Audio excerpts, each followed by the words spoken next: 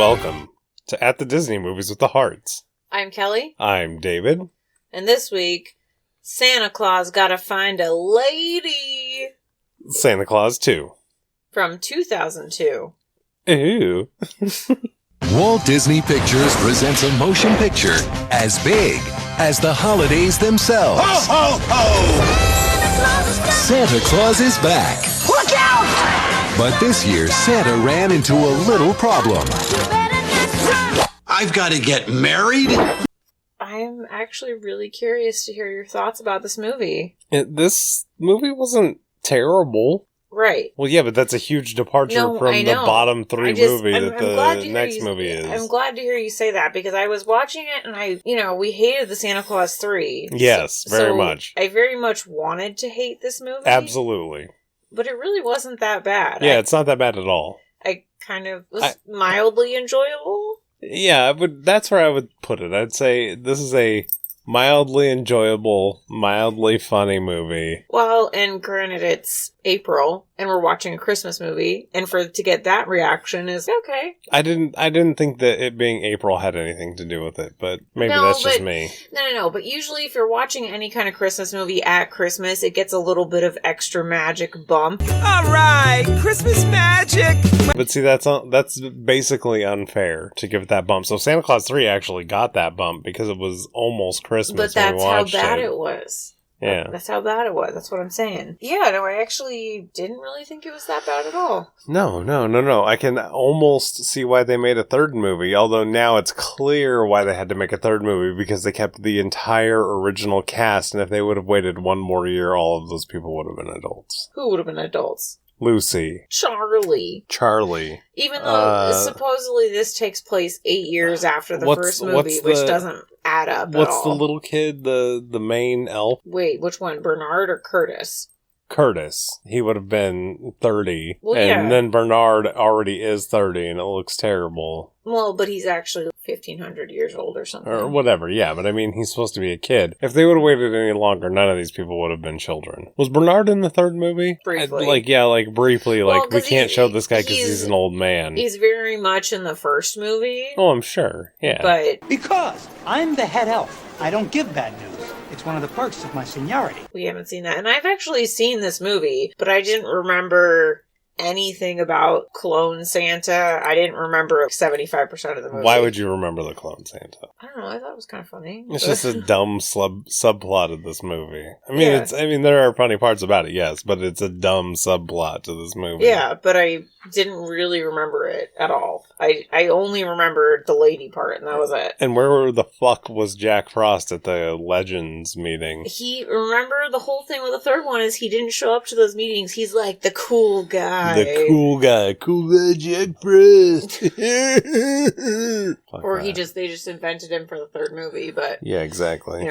Let me read the synopsis real quick. Okay. The Santa Claus 2, and I don't know why this one doesn't have a done, because the third one was Santa Claus 3, the Escape Clause. Why this was originally supposed to be called the Escape Clause. Well, yeah, I saw that, but that doesn't really make sense. Well, he could have escaped. Oh, he didn't want to, though. Yeah, but I feel like the first movie didn't make it super clear that he wanted to be Santa. Well, no, he didn't want to be Santa. That's what I mean. The first movie. He was like, no, I don't want to be Santa. That was the whole thing. From my whole memory, I'm just saying, they could have easily done that with this. The Santa Claus 2, family, comedy, fantasy.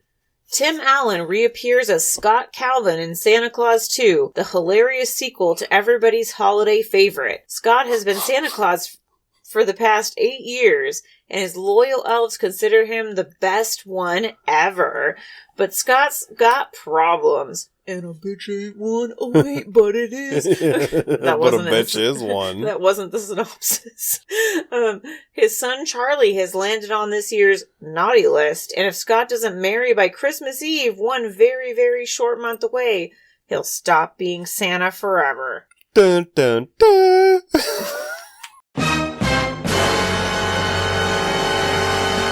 But literally, that was what they were going for. Yeah.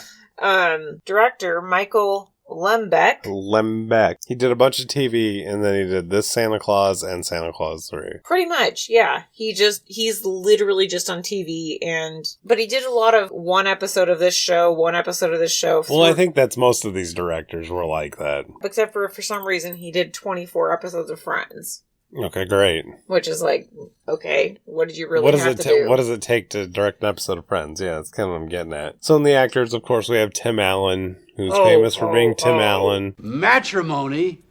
I gotta get married! But he was like less Tim Allen in this movie a little bit. What? He was the full Tim Allen all the way through this movie. I don't know. He seemed a little less than Santa Claus 3. Santa Claus 3 was over the top. Okay, right. But in Santa Claus 3, that's all they had.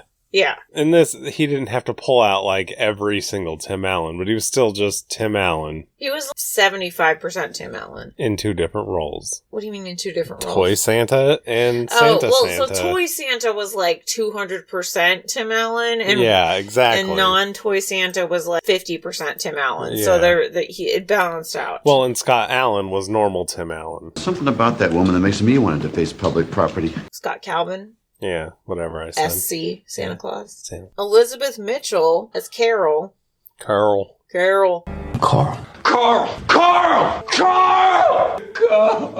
She was in Lost, something called Frequency, and Kelly's favorite show, Once Upon a Time. Well, yeah, she was in Once Upon a Time, but she's been in a lot of TV shows. She's just one of those lady actors that you've seen her and you're like, oh, I know that lady. Yeah, because she's eminently forgettable.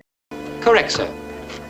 Yeah, and they had a lot of other options, which I'll get into in a second. Yeah, I got that too. And then... Old Davy Krumholtz. Which, this guy, every time I see this guy in any of these movies, so he looks like Oscar Isaac, because he was in the new Star Wars movies, he's been in all kinds of stuff. But... No, this guy, to me, I can tell this guy right away. The dude from 10 Things I Hate About You.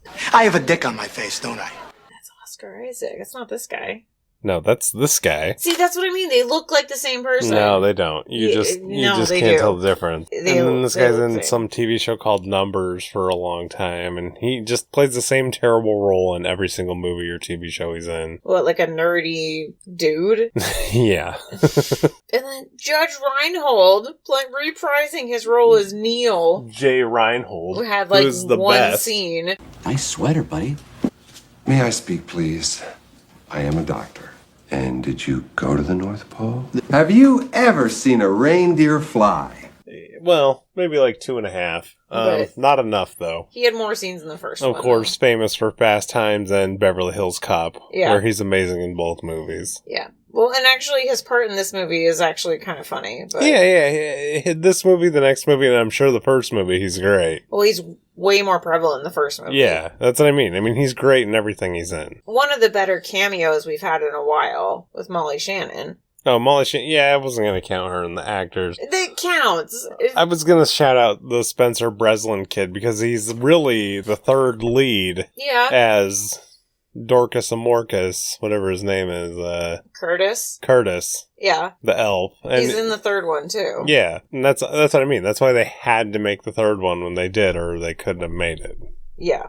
Without recasting the whole thing. And he was fine. I mean, he was just... He's the same thing he plays until he got old enough to not be in movies anymore. Yeah. He's been in, I think, a few other kids' movies, but I don't really know. I just know that he is related to Abigail Breslin. Right. Little Miss Sunshine. Whose name I recognize, but I don't really recognize. I don't know. I wouldn't know who she was if I saw her in a lineup. She's not famous anymore. It's fine. Oh, good. Because it was just that stupid movie? Well, she's been in some other stuff, too, but that was really the main thing that she's in. Did you have some trivia facts there? Well, I mean, there was the Tim Allen prison joke when he's with Carol, and she's like, well, you got one strike and you haven't been to prison, or you don't wear socks with sandals, and he's like, well, we'll see. And it's because Tim Allen actually did go to prison. He's a felon. What did he go to prison for? I think cocaine distribution or robbery and both. I think it was both. Was this before he was an actor? Yeah, it was before he got famous, but he's also famous for having done a little time in the joint.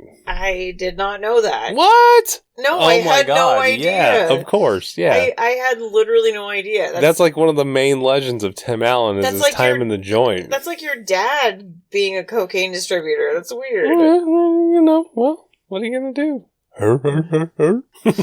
So there were a lot of other actresses considered for the role of Carol. This was also my other fun fact. Oh, but I mean, it's a 2-part fact, so which part did you have?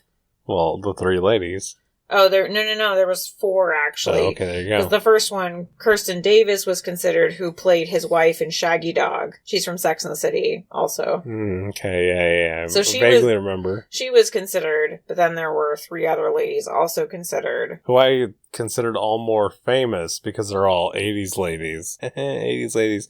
Kelly Preston, Jennifer Connelly, and Brooke Shields. I feel like those were all not good choices. But Jennifer Connelly would have been fine.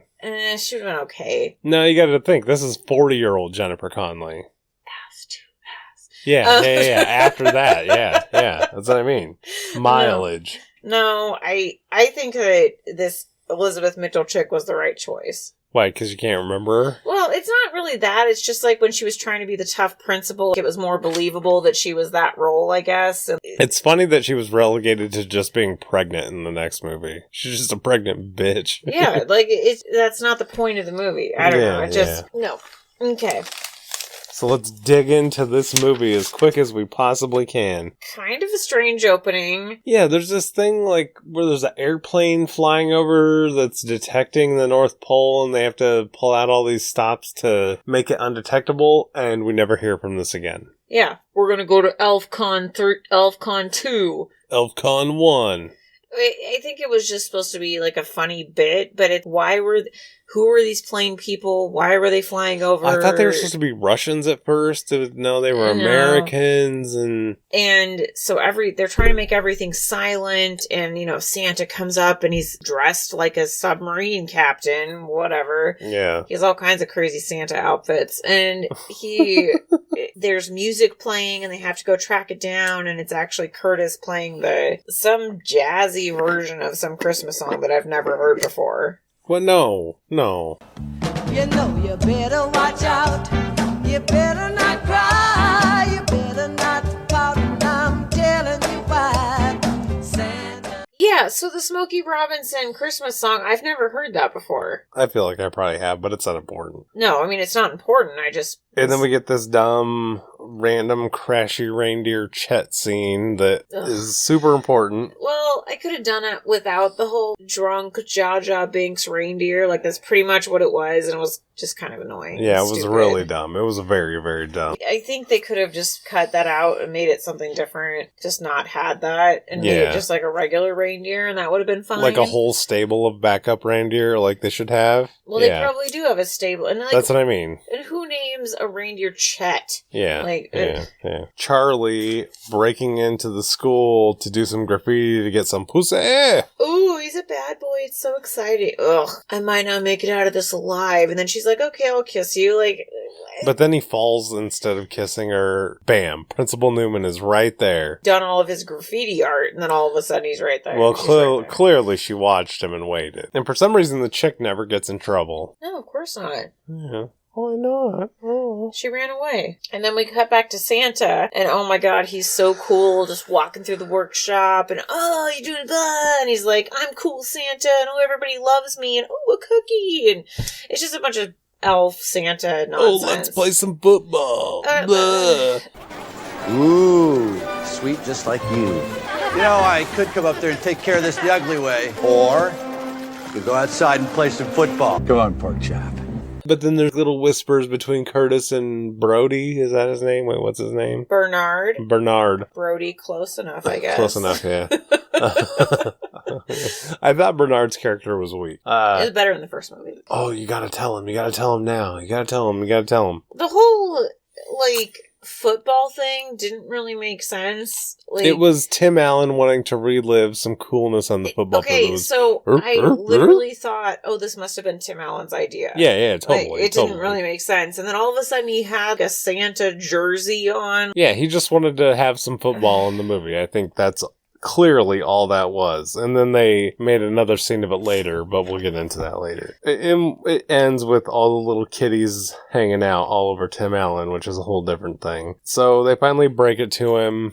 Charlie's on the naughty list. Oh, and BT Dubs, read the fine print, you have to get married. There needs to be a Mrs. Claus. Which, okay, thinking back on it now, it doesn't really make sense because if you've been Santa for 8 years, 8 Christmases, so why is all of a sudden it's a problem and all of a sudden literally he's like losing weight, his beard is shrinking, all of a sudden you're going to stop being Santa. The desantification process has begun. Desantification process has begun. He has to get married now. It doesn't make sense, and also Charlie in the first movie was like 8 already, so this is 8 years later. Like, it seemed like he was about 16. That seemed right. It doesn't seem right to me. Because he was in high school. He was trying to get some pussy.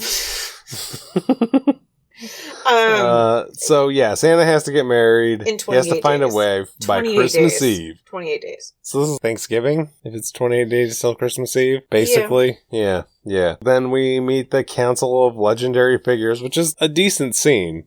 Yeah, no, I still want to know where the fuck Jack Frost was, but they invented him later. But Aisha Tyler does a great job of owning this whole scene. It's called the Mrs. Claus. Don't mess with me, Santa. I'm pre-El Nino. Yeah, as Mother Nature, and this was prevalent in the third movie too, but in a less good way. No, this was actually funny because the Tooth Fairy's trying to change his name, and I don't think Kevin Pollak was Cupid in the next movie. I don't recall. I don't think so. I don't recall. What is he from, anyways? Everything. I don't really... He's like the son in Grumpy Old Men. He's in Usual Suspects, I think, maybe. He's in a lot of stuff. Oh, I want to change my name, blah, blah, blah. How about the Molinator? Yeah, that's Tim Allen's idea, the Molinator. He's like, yeah, and just because he doesn't like his wings, apparently, I guess. Because his wings are small and it makes him a fairy. He's the Tooth Fairy and he wants to be the Tooth Guy or Roy. He wants to be tougher than his little baby wings. And then he's like, nobody's going to put a tooth under their pillow for Roy, which is not wrong. Get ready for some Roy. And so he tells them all about his problems, and then, and they can't really do anything, obviously. And then Curtis gets a bright idea that he wants to make a toy clone of Santa that magically is going to have thoughts and feelings just like Santa. But at this point, Tim Allen makes it clear that he wants to be Santa. Yeah, he declares his want to be Santa. Curtis has the bright idea of basically cloning him as a toy. But he's not a toy. He has thoughts just like Santa. They teach him thoughts and feelings. But of course, that goes wrong. Yeah, so he comes out and he's all plastic looking, and so then Bernard has to introduce the new Santa, because basically Scott Calvin's character, real Santa, has to go take care of Charlie. And find a wife. And they give him this, watch that monitors how much magic he has left or whatever. Yep. Which he goes through quite quickly. Bernard has to do the sell job to the rest of the elves to make sure that their plastic Santa's cool. This was, I don't really understand why he couldn't have just handled everything. Why? And he totally could have. And they could have told everybody, it's just, I don't know. That didn't and it's if your magic goes to 0, you can't return to the North Pole. And we cut now to the ex and Judge Reinhold and Principal Newman, who's a evil old battle axe. But really, she's young and hot as fuck. And is she hot as fuck? I think if that was your principal, she's a principal 10, but normal 7. She got that principal curve. I'm a tough bitch.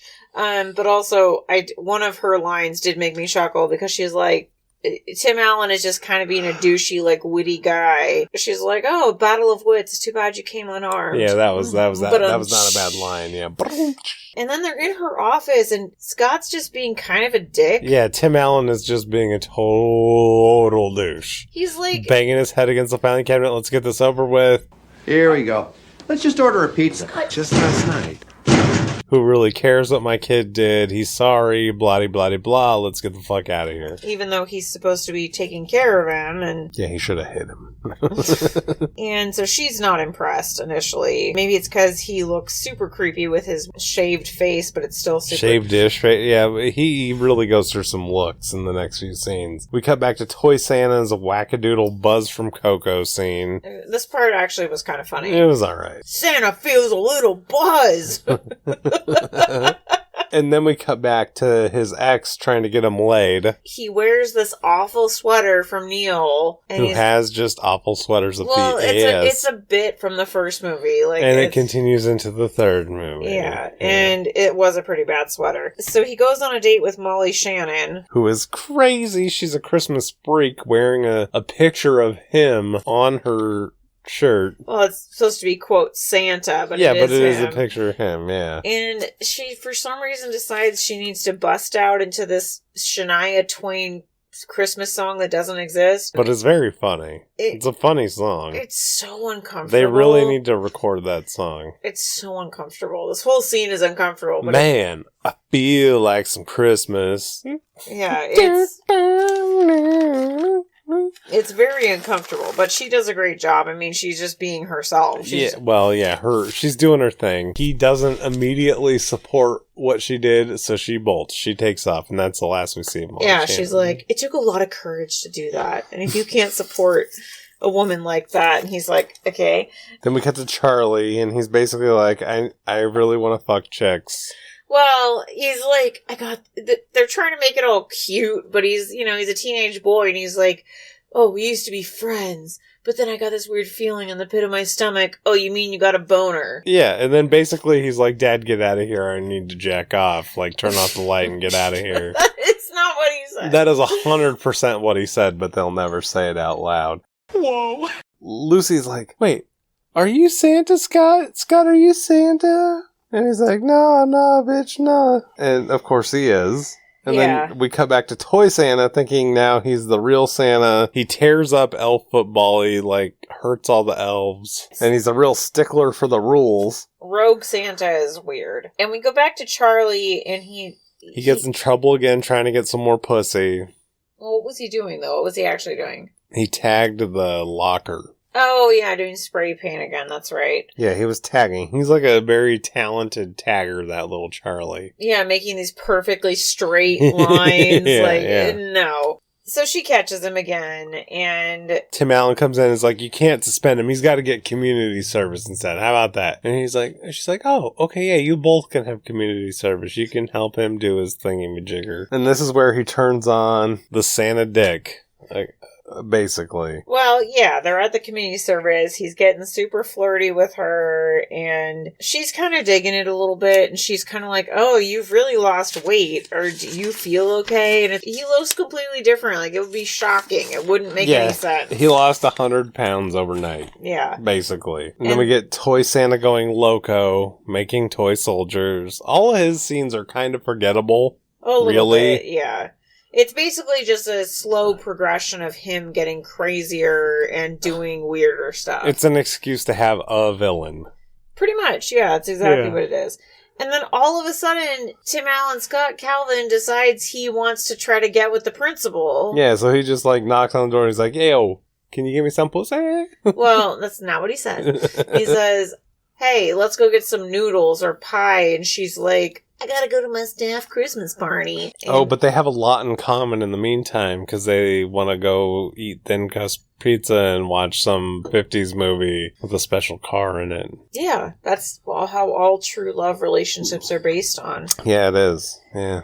Too bad this isn't true love. This is where all of his magic goes into this one night, basically. Isn't that what it's all about, Kelly? Is one magic night in a relationship? Doesn't that make a whole relationship? Yeah, that's how love works. So he gets a horse-drawn carriage. They're going down, and she... Whoa. A reindeer-drawn carriage. No, it was horses. Oh, was it horses? Yeah, it was horses. Oh.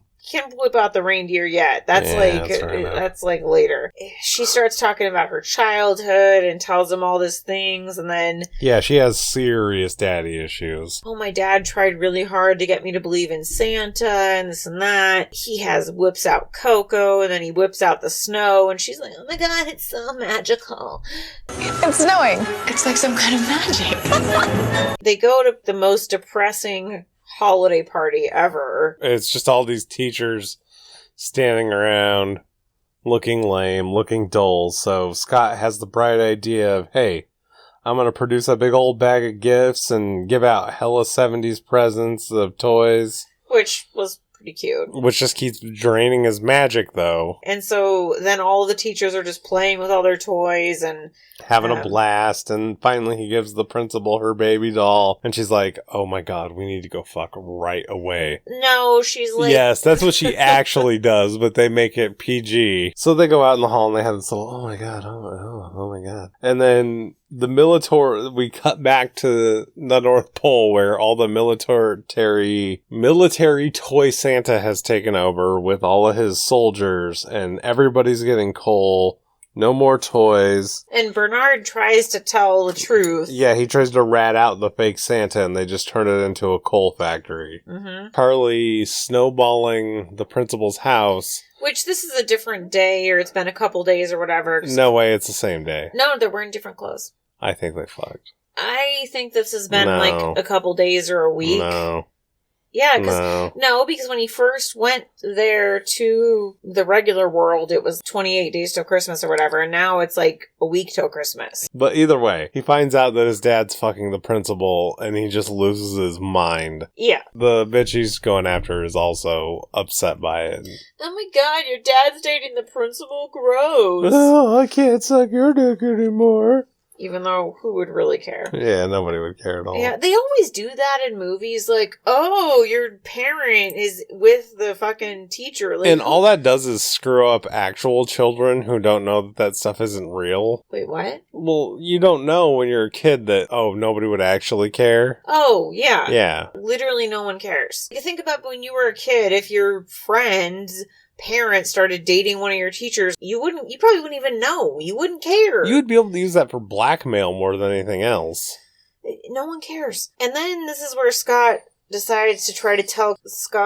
tries to tell Carol that he's Santa. And so she freaks out because of all the stuff she told him. She's like, you get out of here right now. You're not the Santa Claus. And really, you just think he was nuts. And that's why you'd kick him out and be like, you're fucking crazy. Fucking lunatic. Yeah. Then we get one of the more stupid scenes in the movie because he goes home and then Charlie has his whole, it's really hard having a dad who's Santa Claus. Yeah, he has his little bitch meltdown. And that's why he's been acting out. And it's like, really? What are you doing, Luke? Luke, lay down, buddy.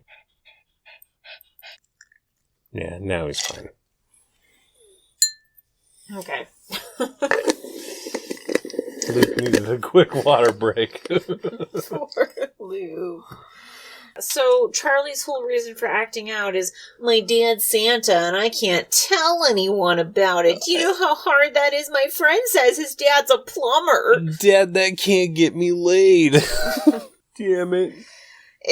That part was just kind of weak. It was just it was really weak. It was just dumb. Yeah. Lucy gives Charlie some kind of pep talk that gets him back in. And then we get Curtis just shows up because Rogue Santa's going crazy. Yeah, Slaver Santa is just being out of control. He's turning everybody into slaves. Well, and he's going to give all the children coal, and there's no nice children, and this and that. And there's more everything laying it out for Lucy because Curtis shows up and she's like, are you an elf?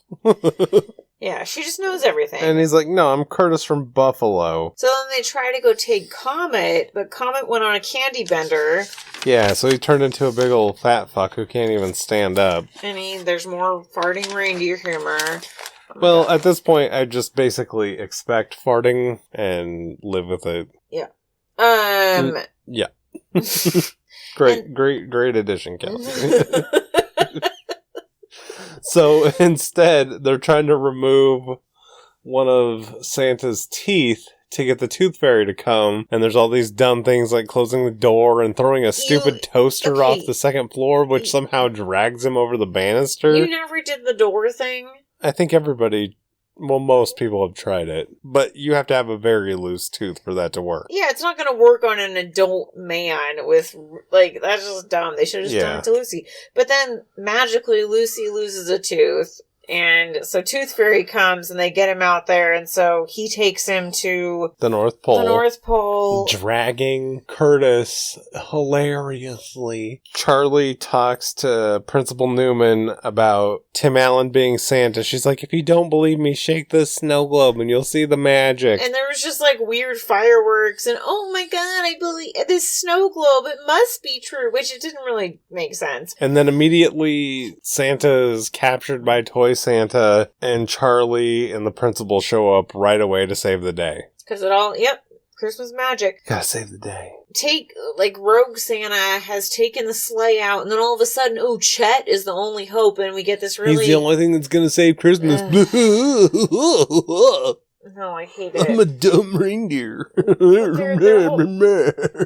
whole thing is, he's just a baby, and so he's like babbling and doing baby things. But is he doing baby things, or is he doing drunk reindeer things? Drunk, dumb reindeer things. It's weird. It's odd. He's like the redneck reindeer. Yeah. Chet the redneck reindeer.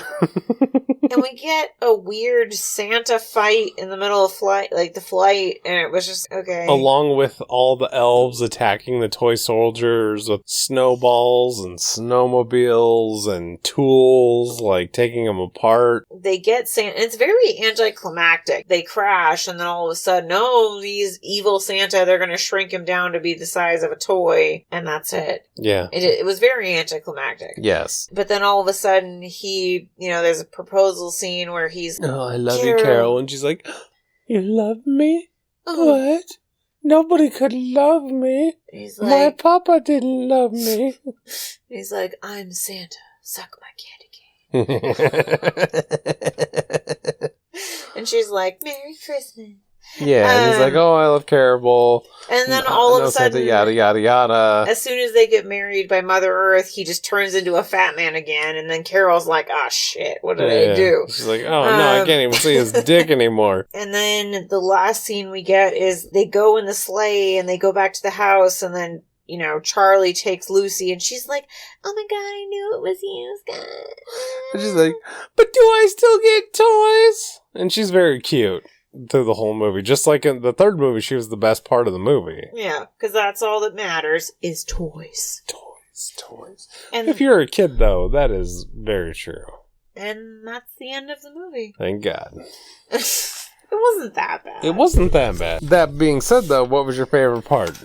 The Christmas party. The staff Christmas party. Well, yeah, I'll refine it to him trying to get some pussy right away. No, not that. No. I just actually thought... Or, her trying to give it to him right away, I should say. No, not that. Yeah, I just actually enjoyed where he gave all the staff members the Christmas presents, and... Kelly enjoys joy. Yes, I do. I'm a joyful lady. A joyful lady. No, I just thought that was kind of a cute little touch, and it was good. It was a good scene. I enjoyed that part. It was fun. It was a fun scene.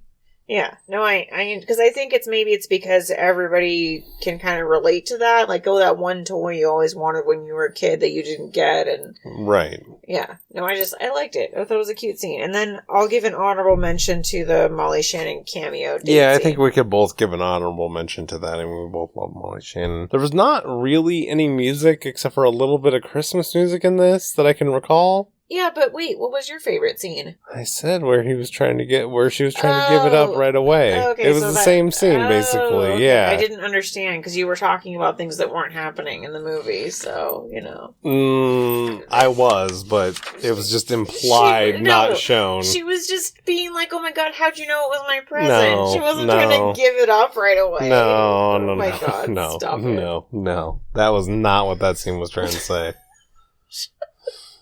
David's always reading into it with sex. Well, it's not that. It's just that it's a Disney movie, so she can't go out in the hall and suck his dick. You mean his candy cane? Yeah, his candy cane.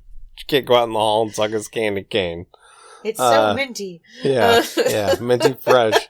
Ew, creamy and minty fresh. It's like toothpaste. Yeah.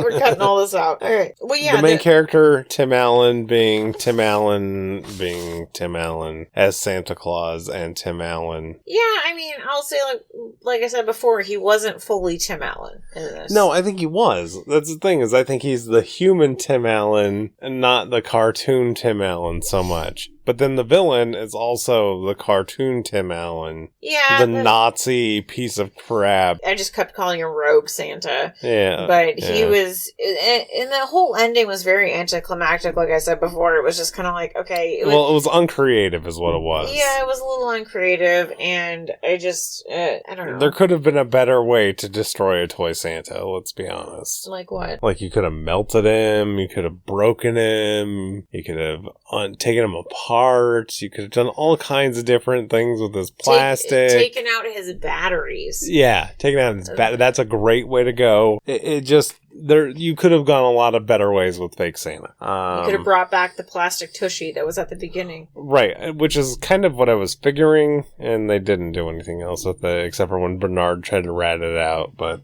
Yeah. What are you going to do? So the side characters were Bernard. He's terrible. Curtis, who's at least kind of a fleshed out character, and... Well, he's just, he's number 2 elf, but he's... rule following. I am Curtis. Blah, blah, blah, blah. Except for I forgot you needed to get married within the last 8 years. Which I'm a dummy. Wasn't a problem before, but all of a sudden it is. And you have Charlie, and he's just, my dad's Santa, and I can't handle it. Yeah. And then you have Principal. I mean, she's just trying to get it and get married before she's 40. You mean Carol? Carl. Which they gave her a Christmas name. Carol. Of course. That was totally on purpose. Yeah, of course it was. And then Lucy, the cute little kid. Yeah, she was fine. Well, I mean, she was just building up to her next movie. The cinematography was whatever. I thought it kind of looked a little cheap. Well, but then it was also 2002. That's what I mean. It was just really old, but also it was just nothing to write home about. And I think they actually probably spent more money, assuming for inflation, they spent more money on the third one probably than the second one. Oh, certainly. I mean, they had to make some of those people look younger. Oof. But no, the cinematography wasn't really anything. It was, and even it was kind of awkward, but it was 2002. That's almost 20 years ago, really. And honestly, anything before 2006 or 7 is ancient. Yeah. 2002 was a very odd technological time. This is like, what, 3 years after Inspector Gadget? That's what I mean. 2002, you're like, oh, it's still in the 2000s, but could have just as easily been 1997 and 2002. So for the time, it was probably fine. Yeah, but now it looks old, like something in 97 would have. Like the intro when they're zooming in on the, North Pole, I was like, it looks kind of odd. Yeah. But that probably looked fine then. What was your biggest surprise or disappointment, David? I was surprised that it was mildly funny and interesting. Like, why would I think that was the case with seeing number 3? Because number 3 is like our third worst movie. Yeah, yeah. I had the same sentiments, because I had seen this before, but I didn't really remember it that well. It was better than I remembered. I could see having, kids, and I would watch this again. I would not watch it again.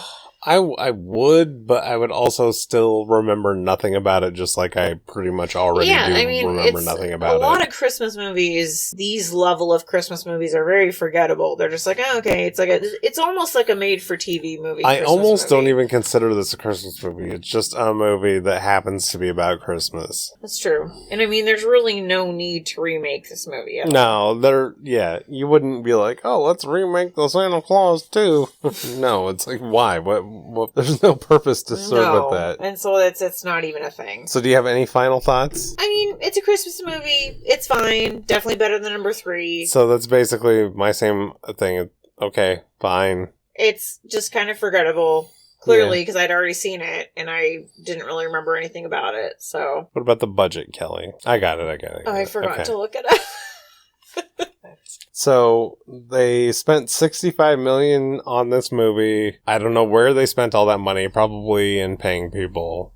Yeah. And it made $172 million, so it's really not that successful for what they're looking for in a Disney movie. Maybe that's why they made the third one. We'll see. With the first one, it probably made a lot more than this. Well, yeah, the first one was way more popular. But... Yeah. So, if you were to rate this movie, Kelly, what rating would you give it? So, in contrast with the first one, this is like, oh, this is the best movie ever. But really, I gave it a 55% because it's very much just right in the middle, not that exciting. It's not a bad movie. It's really not. I kind of enjoyed watching it. So yeah, 55% is what I gave it. Why are you making that face? Because I also gave it a 55%. No, you didn't. Yes, I did. Shut up. Yeah. What? Yeah. So we got the same rating again for the second time. Well, I mean, it's really a very much middle of the road. It's a movie. It's fine. Like, I'm gonna forget about it tomorrow, but also I didn't hate watching it. I kind of enjoyed it. So what do you think the Rotten Tomatoes score for this movie is? Probably like a 68%. It's 56%. So literally everyone feels the same about this movie. Like, this movie's okay. Well, what did the critics, or what did the people say? So the people gave it 42, so people don't like it as much, Really? which I'm really surprised about. I feel like it's better than a 42. Yeah, but I guess people just didn't really care for it. Wait, I have to get settled. So you can tell me where my fate lies. What time is it, David? It's time for Kelly's favorite part of the podcast. Bet your ass it is. Aggressive. Jesus Christ. Okay, we came from The Sorcerer's Apprentice to Santa Claus 2, which, when you're saying the Santa Claus 2 is better than the last movie we watched, I mean, we both were ready to hate it, and we both didn't hate it, so... Hated it. So yeah, I'm like, what is it? What could it be? So it's number 101. Oh, so that's an older movie for sure. Oh, yeah. Is that in the 60s? Nope. 70s. Yep. Which we have not watched a lot of. No. I'm gonna guess it's live action. I'm gonna guess it's live action, too. I mean, I don't know, but I'm Okay, sure. I'm kind of nervous. Luke, settle down. Hold on. Daddy needs it's a big moment. So it's number 101 from 1971, Scandalous John. What? Scandalous John? What does that even mean? What is scandalous for 1971? What is that? Is this a guy that goes after prostitutes? He's No, like it's a Disney John. movie. There's no prostitutes. It is rated G, so there is no prostitutes. Scandalous. Well, wait, I take that back, though, because Boatniks was also rated G, and I don't know that it should have been. And that's 4 movies after Boatniks is this. Scandalous John. Okay, so what do you think this is about, David? I gotta put this in the candle shoe category of some dude, or some young dude, who's kind of a grifter, but gets taken in by some higher class people who are like, oh, John, you're so scandalous. And they kind of like... They kind of cool him out a little bit, you know what I mean? Like, you don't have to steal stuff. It's all good, buddy. Like, come on. You're better than this. Scandalous John. So scandalous. I mean, I feel like maybe he's not a child, like a youth, like you say. A youth. He's an adult, and he's a con man. And he's gonna try to swindle some old lady out of her jewels or something. My jewels. And then this younger chick's like, stay away from my grandma, Scandalous John. And he's like, no, I gotta get the treasure. There's gotta be, it's the 70s. There's gonna be treasure or jewel thieves. Well, that's what I'm saying. It's in the candle shoe Yeah. mold. Yeah. So Yeah. we both kind of agree, but I think he's an old man. Okay, and I think then it's a young boy. The old lady's gonna have like some cat or dog or side pet of some kind. And they'd be like, oh, that animal doesn't like you. And he's like, it's because I'm scandalous. Fair enough. All right. If you want to follow us on social media, Facebook and Instagram, at the Disney Movies, send us an email about whatever you feel like at thedisneymovies@gmail.com. Like, subscribe, share, leave us a review on your favorite podcast platform. Yeah, or really just subscribe, download, and listen to the show. That's what we like the most. Yeah. Yeah. So, in the meantime, this has been At the Disney Movies with the Hearts. I'm Kelly. I'm David. Bye!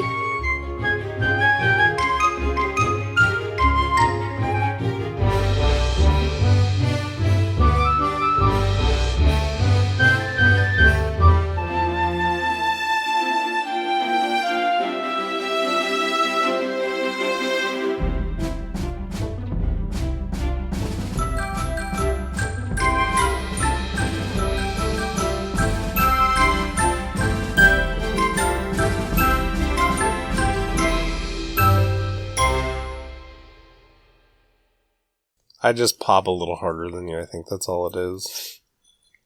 I got a bigger cavity.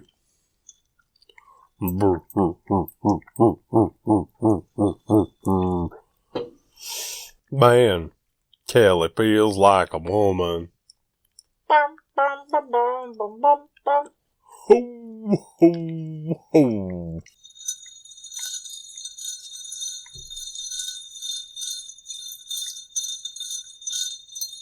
That sound like Christmas music? Mm-hmm. Jingling. Like tiny hammers.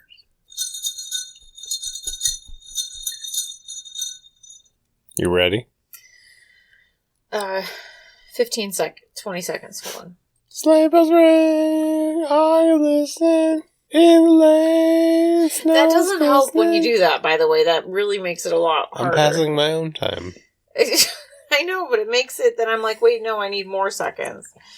A beautiful sun. This week on Husband's Got Talent. Putting on a whiskey cap. So cool. Precariously.